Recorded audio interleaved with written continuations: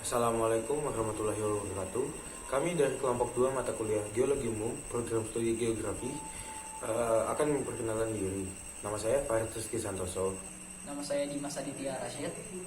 Nama saya Aisyah Ramadini Anada. Saya Yoga Prastia Kurniawan. Kami akan mereview materi tentang struktur bumi. Berikut adalah videonya. Teori awal mula alam semesta terbentuk.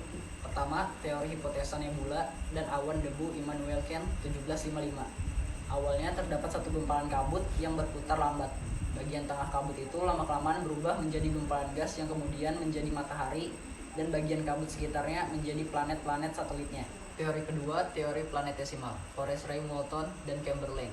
Teori ini menyebutkan pada awalnya matahari telah ada pada suatu titik, lalu kemudian ada bintang lain yang berukuran sama besarnya dan melintas dengan matahari, sehingga hampir bertabrakan. Akibatnya, gas dan materi ringan di bagian tepi matahari dan bintang tersebut menjadi tertarik. Teori ketiga, teori Big Bang atau dentuman besar. Alexandra Friedman tahun 1922.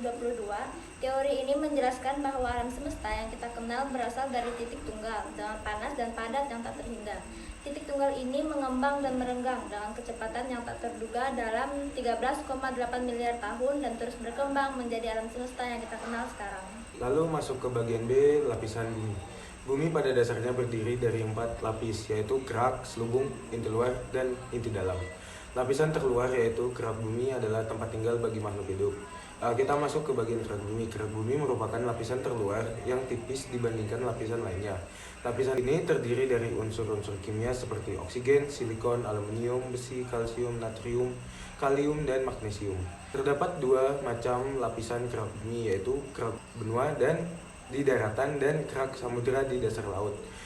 Kerak benua memiliki ketebalan 30 hingga 70 km, sementara kerak samudera memiliki ketebalan 6 hingga 11 km. Lalu masuk ke selubung atau mantel bumi.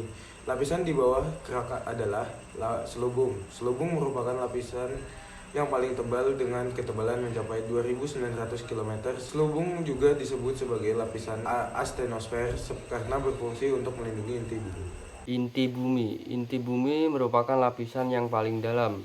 Inti bumi dibagi menjadi 2, yaitu lapisan inti luar dan lapisan inti dalam.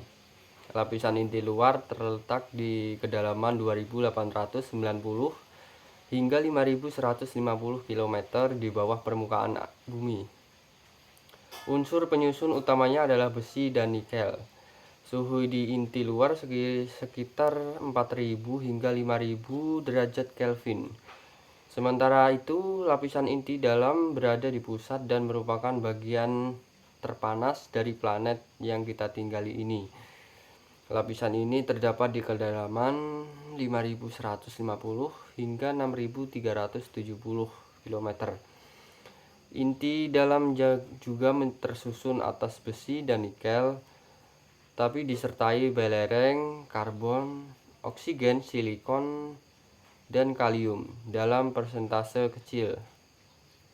Suhunya dapat mencapai 5.500 derajat Kelvin. Sekian video dari kelompok 2. Apabila ada kurang, itu dari teman-teman saya. Apabila lebih, itu dari saya.